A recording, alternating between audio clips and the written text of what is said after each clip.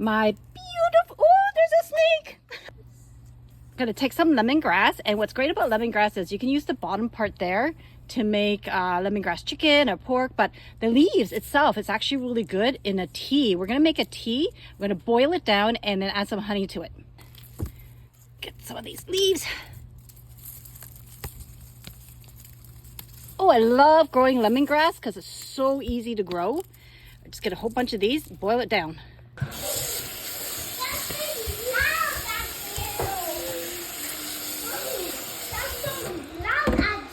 That's okay, don't worry about it. He's just barking.